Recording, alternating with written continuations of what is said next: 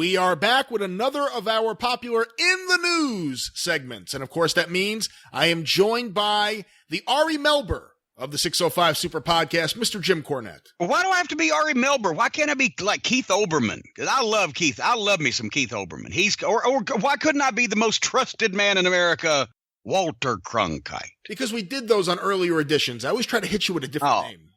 Well, still, I like all those people. Ari Melber's okay. The Ernie Anastas of... I want to be Nicole. Nicole Wallace is the hottest news chick on the air, by the way. Is that a sexist term, news chick? Well, let me say this as an aside. It's so funny you say that because she was co-hosting Morning Joe today, and I thought in 1 year's time of her hosting her show, I think she's the very best political show host on TV by far. She's amazing. Oh yeah, she's so much sharper than the other tools in the drawer there that it's not even funny. She blows everybody away. I'm telling you. Well, before we very smart. I love a smart, powerful news chick. Well, there we go. Maybe we'll see about for a future edition. We can get one here. You could have a little co-anchor, and we could see what happens there. We'll get HR in the room as well when we do that. But listen, let's move on right now to what we usually do on In the News is we look at classic wrestling stories from newspaper articles. Today's newspaper articles came from both the Crowbar Press Archives group on Facebook, which is put together by Scott Teal. This is from his research, and also from Tom Burke, wrestling historian, and his Facebook page. And some of these stories are from his scrapbook. So we have a nice mix of wrestling historians supplying some stories here today, Jim. And for our first one, we're going to go to Auckland, New Zealand, Saturday, December 5th, 1970. Associated Press. Ref loses 2 bouts with Dr. Death. A wrestling referee met death in 2 forms during a bout here on Friday. Referee Lewis Wells, 64, collapsed and died as he remonstrated with, that's the Australian way to say it, or the New Zealand way to say it, masked heavyweight wrestler Dr. Death. Billed as the most hated and feared man in wrestling, Dr. Death threw New Zealand champion Big John Da Silva out of the ring in the 6th round. Wells disqualified Dr. Death for leaving the ring, and while chastising him, collapsed and died. Okay, you're the promoter. You have a guy working for you named Dr. Death. There is a death that happens associated with his involvement. Do you jump on it or do you avoid it? What date was this? When was this? What year was this? 1970. Well, you could get away with mocking death back then. I'd go with it. Dr. Death has killed my referee. It'd have been better if he was my top babyface, but no, I'm sure that referee Lewis Wells was a beloved figure around the promotion there at that time. Being a 64-year-old man, I'm sure everybody was broke up about it. I hope they left it alone. I do have to wonder what would happen when the police showed up to investigate this death of this referee and they're interviewing the fans. What exactly happened? The referee was chasing Dr. Death and he dropped dead. Put that in your report. But let's now move forward, Jim, and let's go to Great Falls, Montana, October 29th, 1952.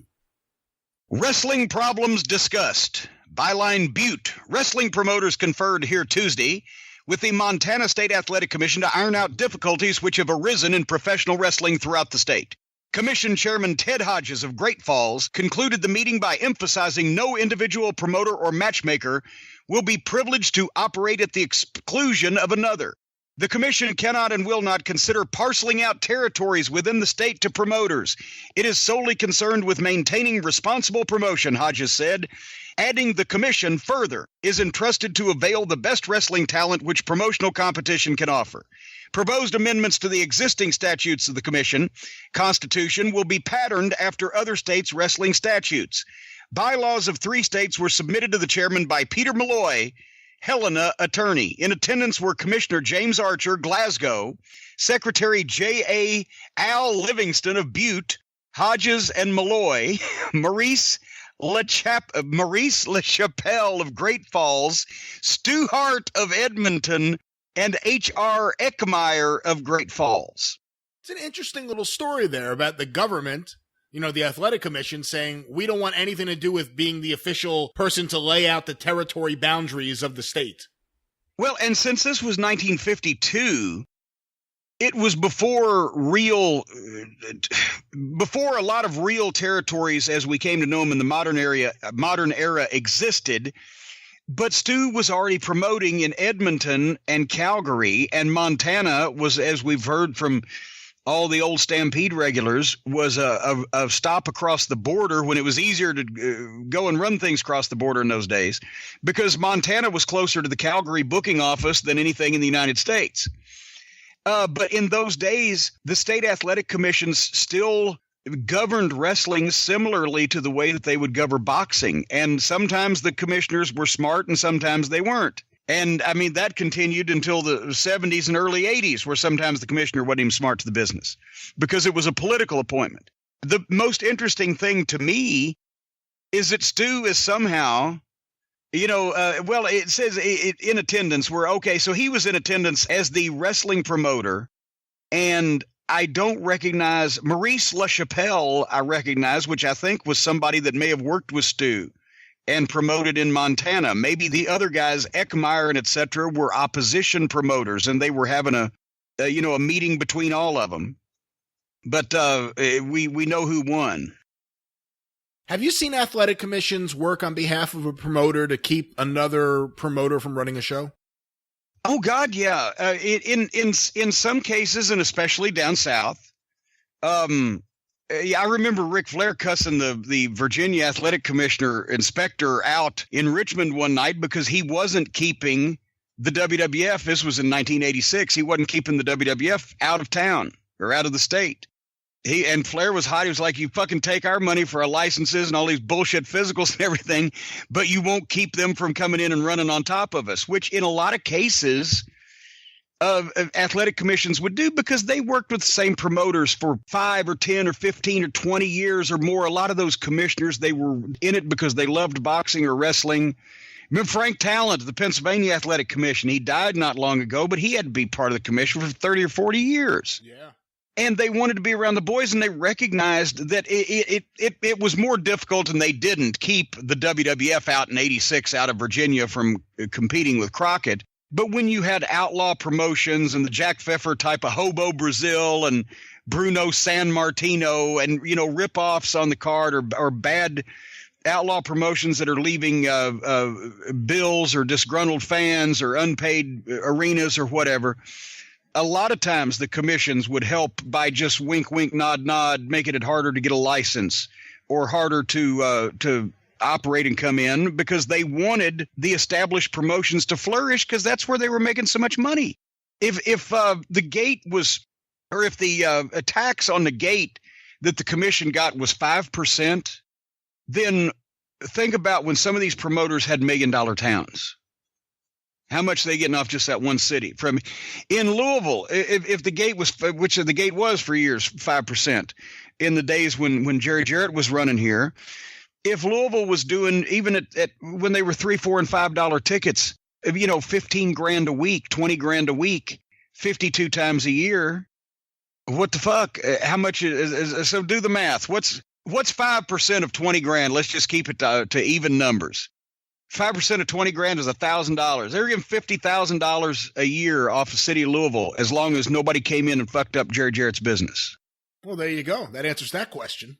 So, But sometimes other people come in and fuck up your business. And with that said, let's go to this next story from Knoxville, Tennessee, your old stomping grounds, October 18th, 1979.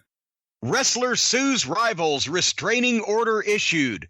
A temporary restraining order has been issued against All-Star Championship Wrestling Incorporated and 4 individuals after a rival wrestling promoter filed suit claiming the defendants are attempting to run him out of business. Ron Welch, who wrestles under the name Ron Fuller, and NWA Southeastern Wrestling Incorporated filed the suit in Chancery Court here, claiming rivals to his company had behaved in a disorderly and obnoxious manner at NWA Southeastern matches in an attempt to force away customers. Individuals named in the suit were Ronnie Garvin, Bob Orton Jr., Bob Roop, and Ron Wright. Welch said the defendants also had made defamatory statements about him and Southeastern Wrestling and had improperly used the trade name Southeastern in their wrestling activities. He asked damages not to exceed $2.5 million. Chancellor Lynn Broughton set a hearing on the restraining order for October 18th. Not the first time, and not the last time outlaws in Knoxville would behave in a disorderly and obnoxious manner. I think that's safe to say, but this was the most destructive promotional war of all time. It killed Knoxville as a town, as we know. There's a lot of interesting little things in here. I never realized Southeastern's official corporate name was NWA Southeastern Wrestling Incorporated. They actually had NWA in the name of the legal company. Well, it's the Knoxville paper. So, that's true. It may have been habit. Oh, that's that NWA Southeastern program. I mean, I don't know, but let's not take it as but Southeastern Wrestling Incorporated was obviously the name of the thing, and it could have been NWA Southeastern. I don't know that it made any difference, but the point is that was when everything blew up that summer. Garvin, Orton, Roop, and Malenko were upset because they felt like the Fullers and Bob Armstrong were getting all the main events and all the top pay, and they were getting shorted. And Ron Wright, who had made the deal to bring the Tri-Cities, Kingsport, Johnson City, Bristol into the territory back in '74 when Ron opened it, didn't feel like he was being paid as a partner. And then Garvin kept the boat that he won in the tournament, and they had to go to court and try to get the boat back. And then this began the tactics that they would all do. And it wasn't, they didn't invent this. This has been done in promotional wars and by the outlaw side for, since there's been promotional wars. But they would come to the matches when they did the same thing in Rupp Arena in Lexington to the guys in Louisville, or to the guys that were coming in from Jarrett's territory to work the shows in Lexington, because that was since Garvin and those guys were living in Knoxville, they just did it. But then by the time they were doing it in Lexington, they were living in Lexington, but they'd come to the back of the arena and they'd hoot and holler the guys, and they'd try to challenge them to fights, or they'd buy tickets and sit in the crowd, try to challenge them or just get some attention. And it basically what it did, you're right, is it was the most destructive promotional war, because the guys in Atlanta during the war didn't resort to that. The guys when Sheik and Bruiser were fighting in Detroit and Indianapolis, they didn't do that. They did everything they could on their TV, and they brought all the names in, but they didn't go to the newspapers, expose the business, go to each other's shows, cause chaos, which made the papers and caused all that stuff.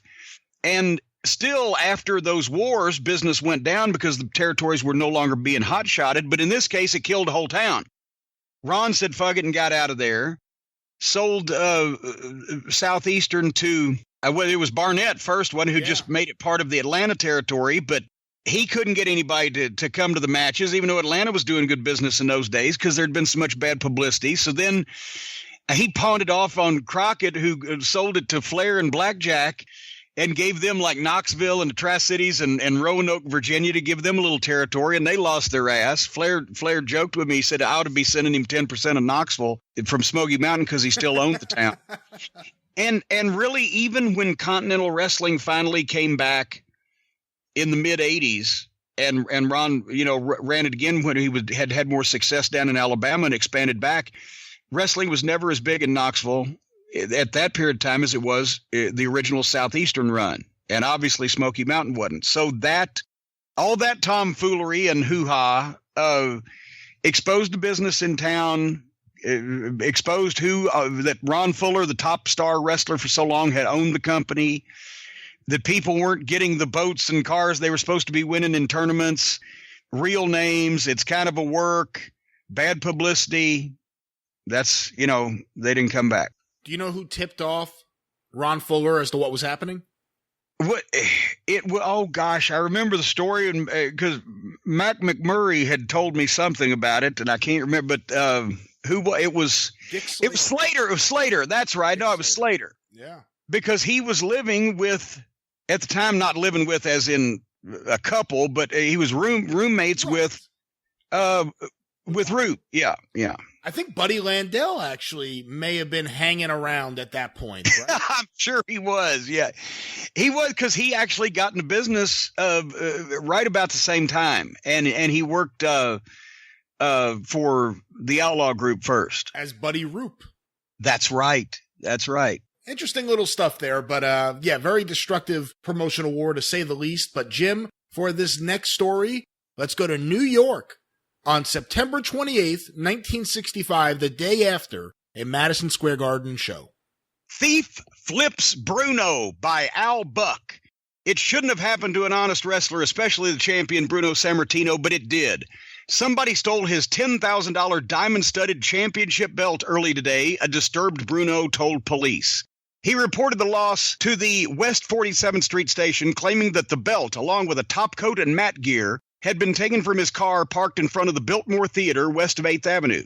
A few hours earlier, Sammartino had retained the title and the belt in Madison Square Garden by defeating a new pretender, Tarzan Tyler, in 27 minutes 43 seconds. I've been robbed on bad decisions, lamented the champ, but this is the first time I've lost the belt this way. If it was a fan who took it, I wish he'd bring it back. It means more than money to me. Bruno had scored spectacularly over Tyler, using Antonina Rocca's famed backbreaker on the 270-pounder as $13,779, paying $44,425 roared their approval. In other featured events, Dr. Bill Miller and Johnny Valentine drew, while the 11 p.m. curfew cut short the Bobo Brazil Cowboy Bill Watts fracas. Ooh, and imagine how much heat that fracas had. I'm sure it did. Yeah, heel Bill Watts against Bobo, that must have been incredible. But Bruno's title belt stolen from his car with his top hat or whatever it said.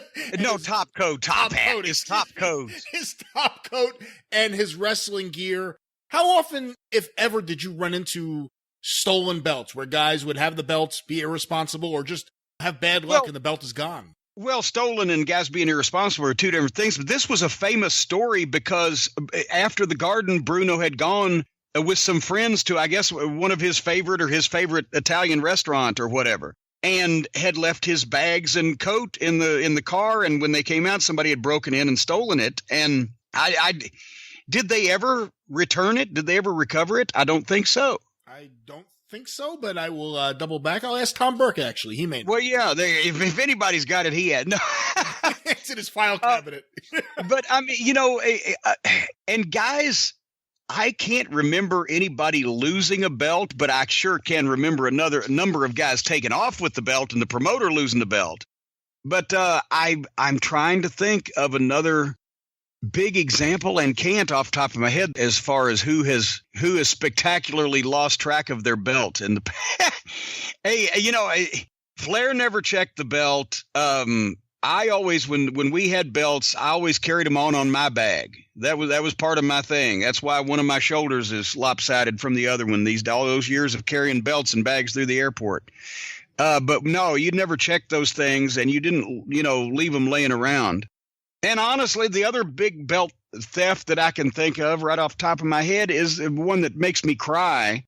The old Southern Junior Heavyweight Championship belt that Lawler had ended up keeping in 77 when they got a new one. It had been in use since 1952, since the very first tournament, and it had all the early champions engraved on the side plates, and it was just unique. It was just such a cool-looking old belt. And Lawler had it like 10, 12 years ago, whenever it was, at an autograph thing out at a fair in Memphis, and had it with him because everybody loved that belt back then in those days. And he had it in his tent, and when he came back in the tent, looked at his bag, it was gone. It's never been seen again.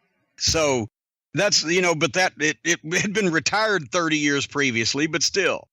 Well, for our next story, Jim, let's move on to Dayton, Ohio, Friday, April 10th, 1953. TV announcer's fan enriches him, Dayton, Ohio. UP. A television wrestling show announcer was $12,000 richer yesterday because of a 68-year-old woman Matt fan he never met, naming him beneficiary of her double indemnity insurance policy.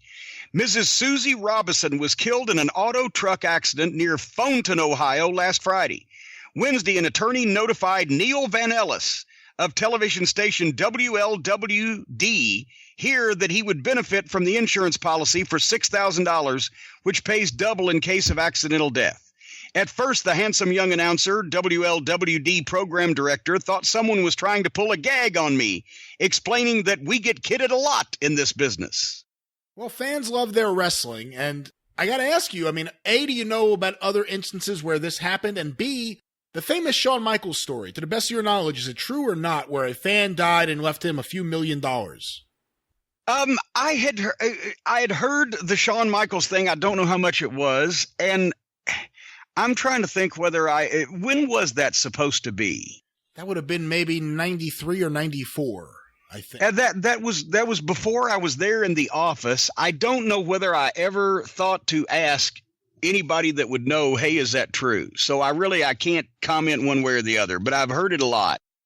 In this case, and by the way, television wrestling show announcer, that was 1953 in Dayton, Ohio, station WLW, and it's a /D, because WLW is a Cincinnati TV station and a radio station, and has been for years and years. And I think WLW/D was maybe a Dayton retransmission of the Cincinnati station. Oh, interesting.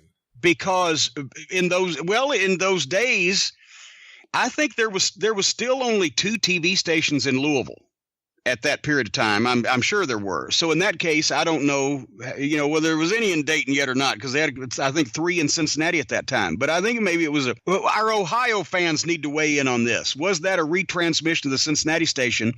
But that proves that they were broadcasting local wrestling at that period of time in Cincinnati and Dayton, which is kind of cool. And I've never heard of this guy, Neil Van Els. So he had to be just a local station announcer, sort of like Lance Russell started at about the same period of time. And he was from Dayton, Lance was, but moved to Memphis around a little bit earlier than this, and was doing the wrestling program at the little station in Jackson. So even though the network TV shows from Chicago and Los Angeles and Hollywood Legion Stadium and everything at that time were on most of the stations, a lot of the stations I'm finding, especially in the Midwest, were already broadcasting some kind of local wrestling. And in Memphis, before Memphis got permanent TV in 1957, WMC, imagine that, had flirted with showing, like, not necessarily the main event, but one of the main event feature matches on Monday nights live from the Ellis Auditorium in, I think, 51, 52. It lasted a short period of time. So 53 is the earliest you know of for TV in Dayton. Well, we'd have to look it up. I mean, they obviously they had the network programs, but a local TV show it was still unusual for every market to have local wrestling on TV at that point. Every market did not do that. And I don't know, like I said, if there were any other TV stations on in Dayton at that point, or if this was a retransmission of the Cincinnati station, because there's only 50 miles apart. We ought to look that up. We ought to look and see when, because I think WLW has to be the oldest station in Cincinnati. And I would think WCPO Channel 9 might be next. But now I'm just revealing my knowledge of television stations across the country too fully here. Well, let's move on from there, and let's go now to Tampa, Florida, Tuesday, April 15th, 1952. Wrestler arrested on check charge. Johnny Valentine, Portland, Oregon heavyweight wrestler, was arrested by constables officers here today on a worthless check charge and released to the custody of Cowboy Luttrell, Tampa sports promoter, the sheriff's office reported.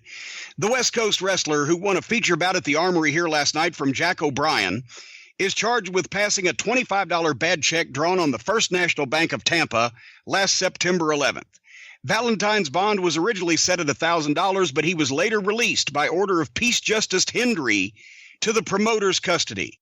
A man identified as Dylan Edwards, 3152 South Dale Mabry Avenue, or South Dale Mabry Highway, and they're always a bad sort down there on South Dale Mabry Highway, by the way, signed the affidavit against the fighter as complainant. A young Johnny Valentine. He would have been in 1952, he would have been barely out of his early 20s, right? Yeah, and his checks are bumping more than he ever did in the ring.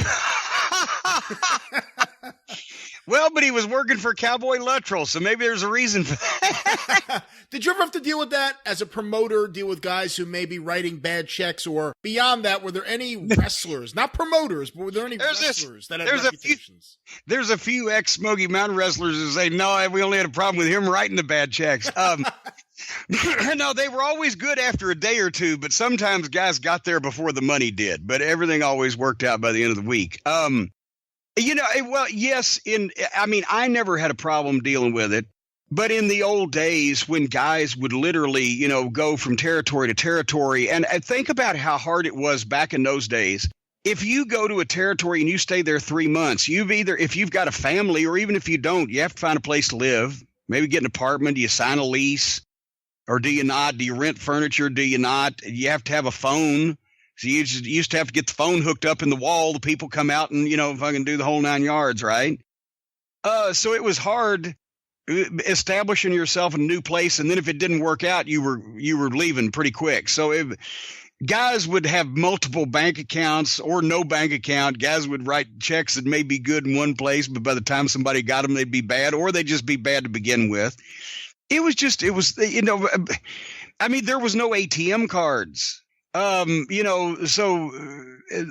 was a lot of shit going on back in those days. And that's why Watts, for one, always kept back. In other words, when you worked, let's say you got your check on Monday in Memphis, it would be for the previous Sunday. I'm trying to think the pay period. It'd be like from the previous Saturday through the previous Friday or whatever. In other words, the previous week, and you'd get a check on Monday in Memphis, or previous Sunday through Saturday or whatever it was.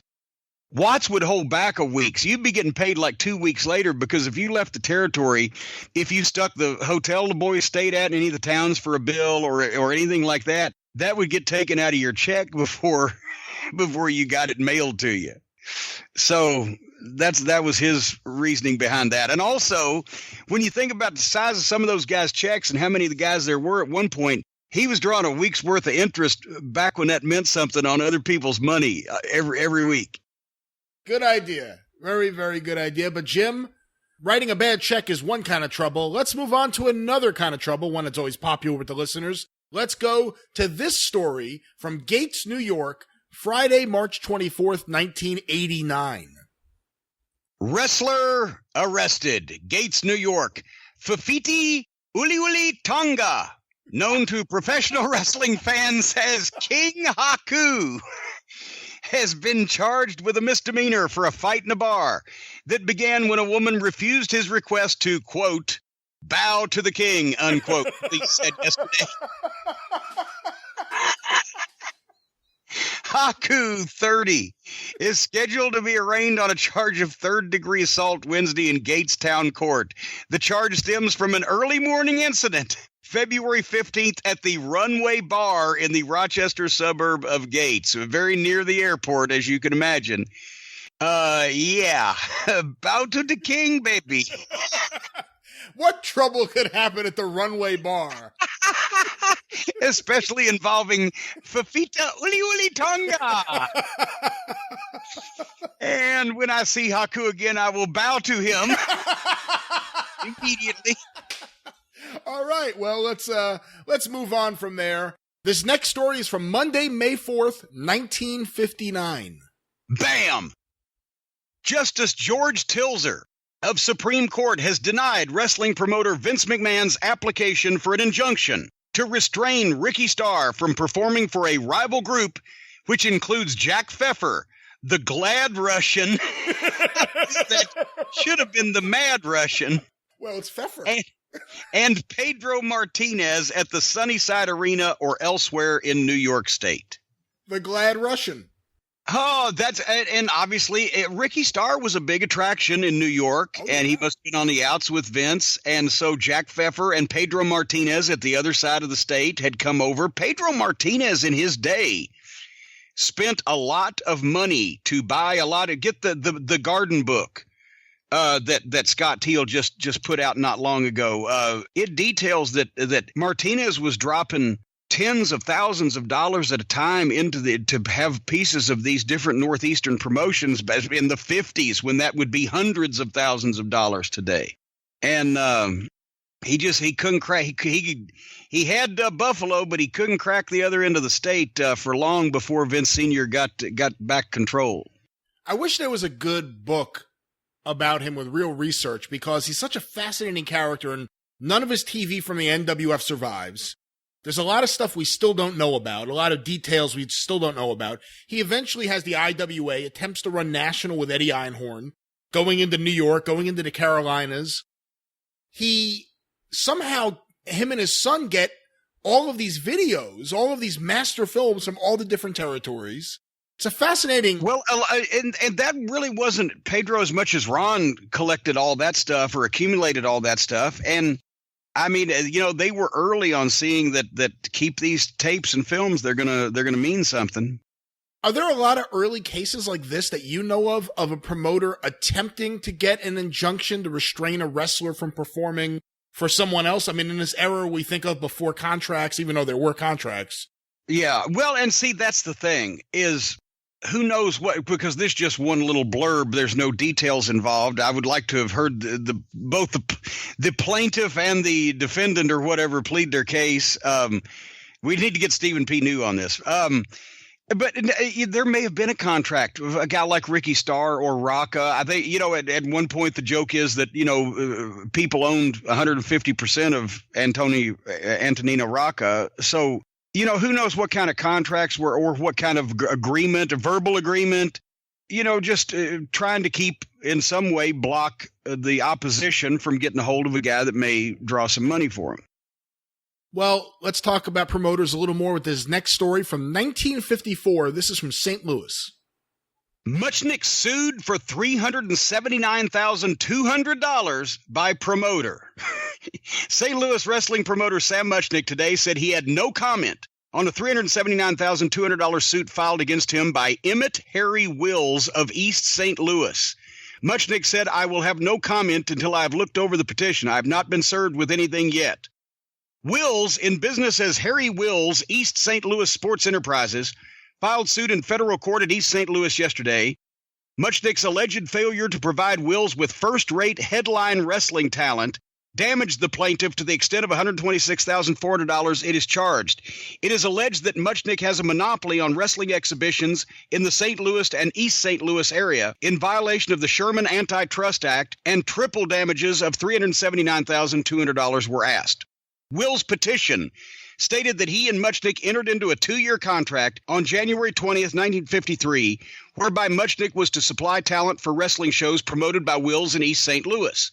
Wills stated he made a net profit of $1,000 on a show January 24, 1953 that included Wild Bill Longson, and a net profit of $1,800 on a show February 12th, 1953 that included Pat O'Connor.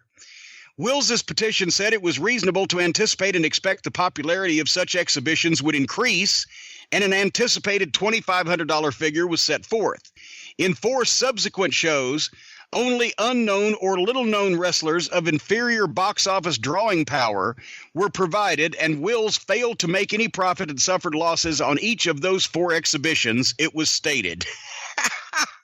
First of all, $379,200 in 1954 in 2018 dollars is $3,475,163. Yeah. So close to $3.5 million he's suing Sam Muchnick for. Well, it sounds like to me that because East St. Louis is not that far from St. Louis, and as we know, the antitrust.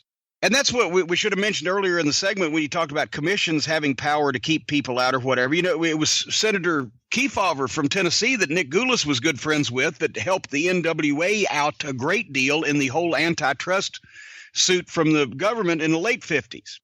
And Sam Muchnick was probably aware at that, even at this early date, that, this guy was probably, I'm just reading this, a local promoter that wanted to run spot shows in East St. Louis.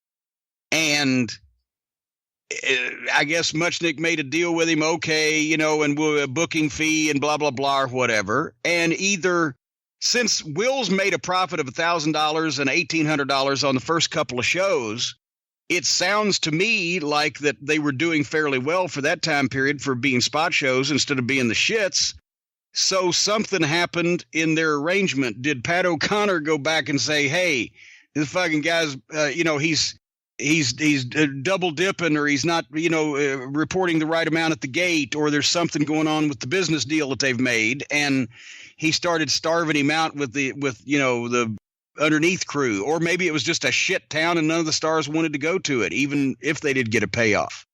But something happened, and and he started sending over shitty cards. And so this guy thinks, well, I'll just sue him for $3 point whatever million in today's money. It is kind of nuts when you see this article and right away they have the mention of the antitrust, statute that's on the books. It is in so many ways amazing the NWA survived the 50s.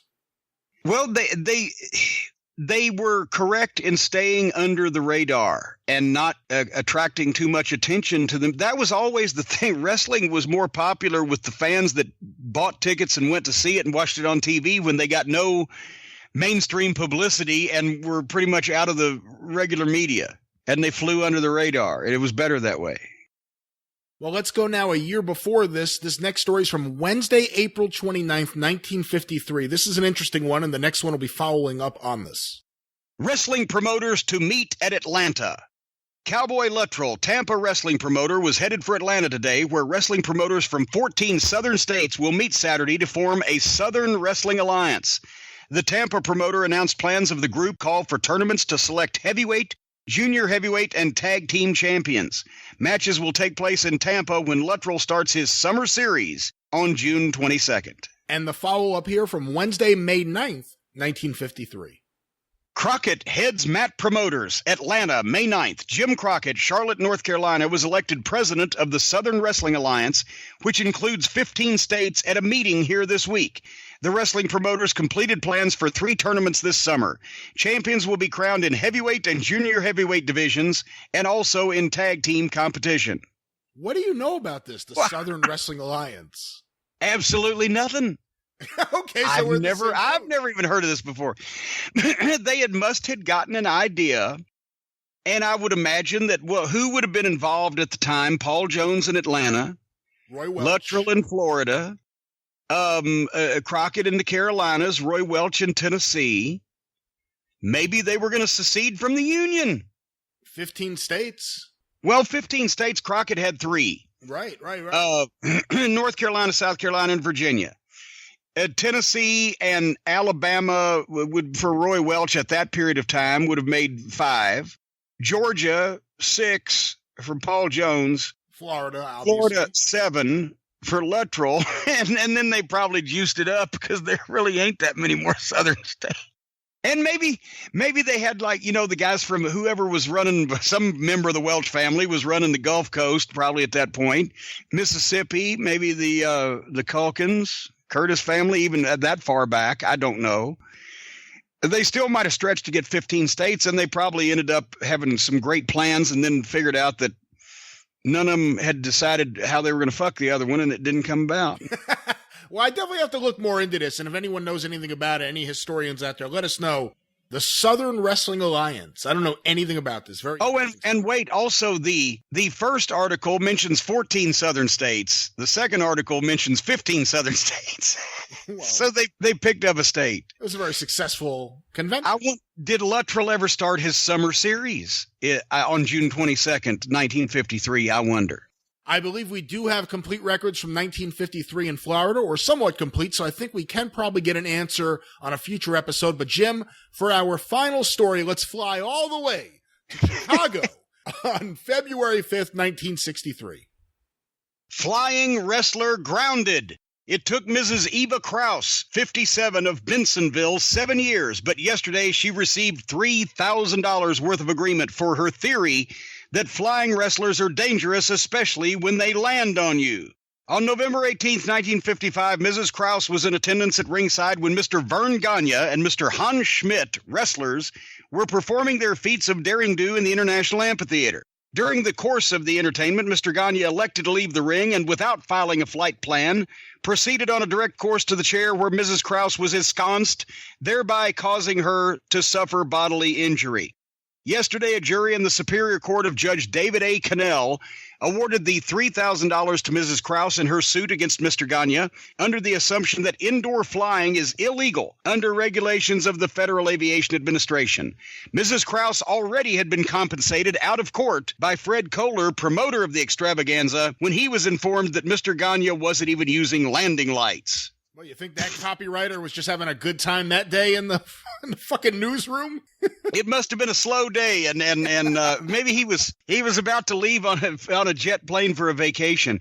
But what were we just talking about on my program here the other day? One of my mini programs instead of one of your mini programs. When guys go out of the ring, it's as old as wrestling. When you fly out of the ring and fight in the crowd or land in the crowd or do whatever in the crowd, you can get sued. Even an old pro like Vern Gagne. And Vern Gagne was the babyface. And this old woman should have loved him. But instead, she got $3,000, which in 1963 would be equal to about fucking 20-something a day. And who knows what Fred Kohler gave her. So, that was a couple of brand new cars. Several brand new cars back then. And she had to wait 8 years. She had to fight 8 years to get that money. Yeah, I think she got something from Kohler probably that night. He was probably out there greasing the wheels. That was in 1955. He would have still been doing big business. That was before Jack Pfeffer killed Chicago.